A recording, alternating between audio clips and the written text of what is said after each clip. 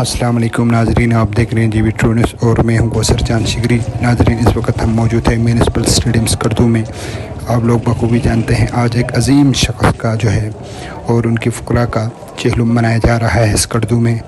हम Skardu municipal stadium में Ayatollah शहीद खामनाई रहमतुल्लाह का चहलुम स्कर्दू में लाखों का इज्तिमा के साथ मनाने में मुकम्मल तैयारी हो चुके हैं और लोगों का स्टेडियम की तरफ आना शुरू हुआ है और इंतज़ामात भी मुकम्मल कर चुके हैं। अक़ीदतमंदों के लिए तबरुकात का एहतमाम तैयारी मुकम्मल हो चुके हैं।